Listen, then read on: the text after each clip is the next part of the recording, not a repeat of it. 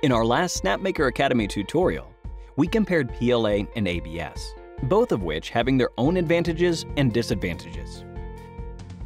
Today, we'll be talking about another material that can be an alternative, PETG. It has a good mix of properties, combining ease of use of PLA and functionality and reliability of ABS. On top of that, it has excellent transparency and heat resistance. The one major drawback of this seemingly perfect material is that it can be a little demanding on printing skills. So in this video, we'll show you how to handle PETG by 3D printing a set of LED letters. We'll be using a Snapmaker 2.0 3-in-1 3D printer, one transparent and one white PETG filament, a back panel, LED light strips or beads, wires, solder wires, a soldering iron, and a roll of double-sided tape. Besides, make sure Fusion 360 and the latest version of Snapmaker Luban are installed on your computer. LED lights are available in a wide variety of luminous effects.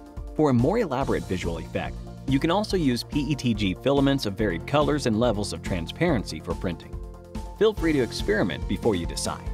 In our case, the lids of the letters are made out of white PETG with little light penetration, while the side walls are translucent. With yellow LED light beads embedded inside, the overall effect will be nice and soft. Now, the first step is to create models of LED letters. Modeling normally starts with sketching. Click Create Sketch and select a plane. Use two-point rectangle to outline the area where the model will be placed according to the size of the back panel. Now the stage is ready. Time for the letters to turn up. Go to Insert, Insert SVG, select SVG file. Import the vector image of Snapmaker logo in SVG format. You can also type in text by clicking Create Text and set your preferred font and style. Adjust the size and position of the model and place it in the rectangle as you want. Click Solid Extrude in the menu bar. Select all letters and extrude them as a whole. Put the distance at 35 millimeters. At this point, we have created the sidewalls of the letters. Now we're going to create the lids based on walls. Select the top surfaces of the stretched letters and click Create Sketch.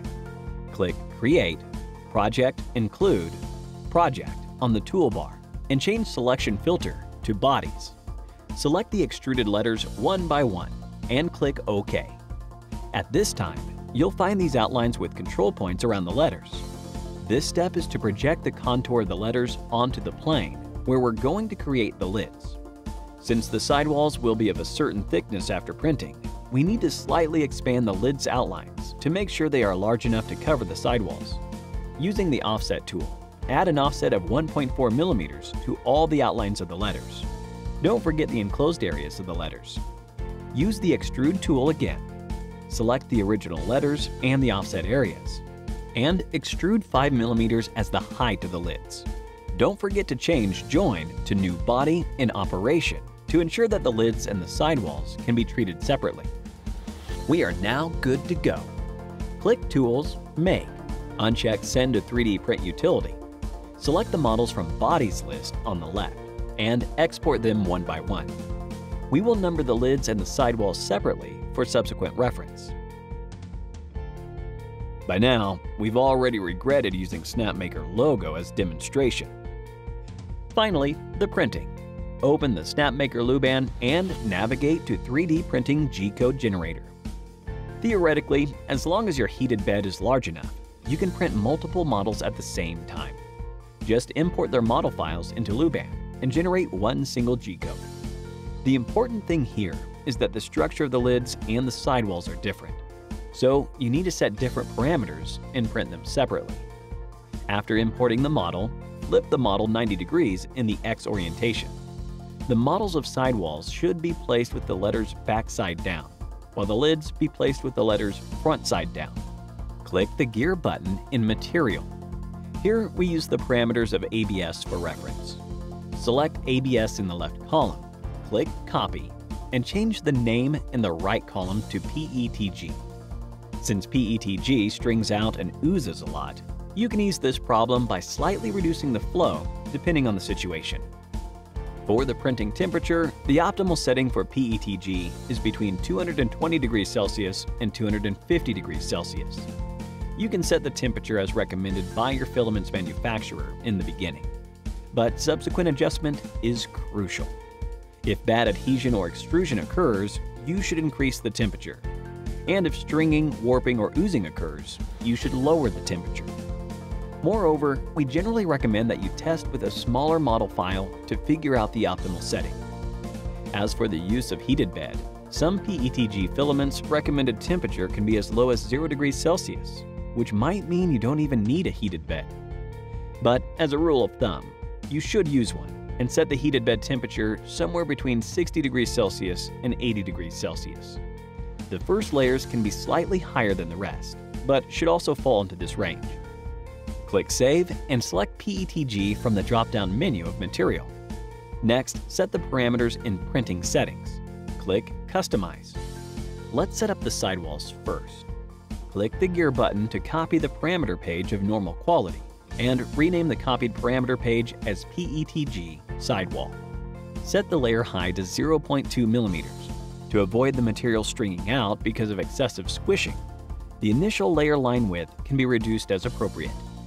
To give the sidewall stiffness, it is recommended to print 3 layers with a wall thickness of 1.2 millimeters. Set top thickness, bottom thickness, and infill density as 0. We recommend a speed between 20 millimeters per second to 40 millimeters per second. Enable retraction. It helps reduce stringing and other problems caused by overflow.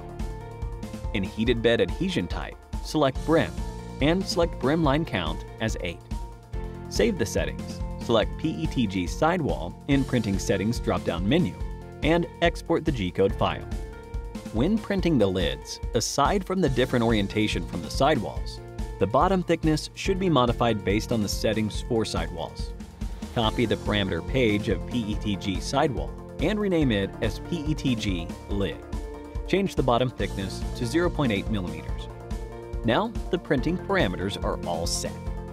Power on the machine and load the filament. Let's start printing. As we print, let's talk about some troubleshooting tips.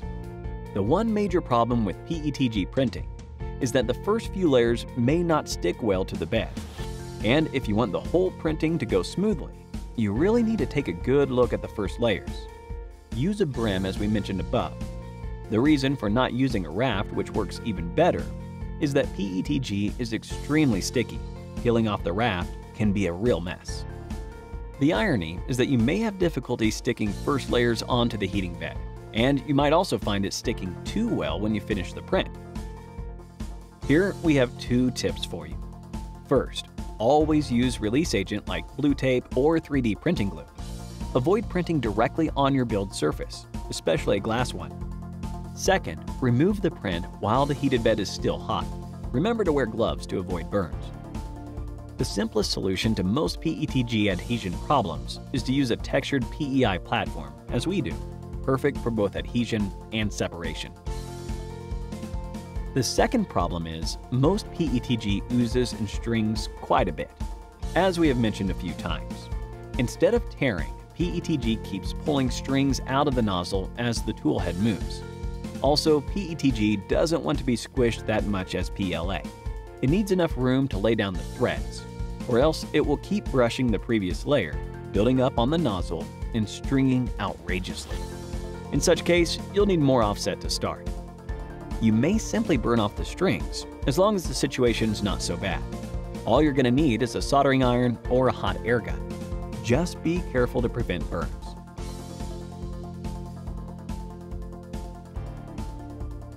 Now, all we need is to assemble these parts together.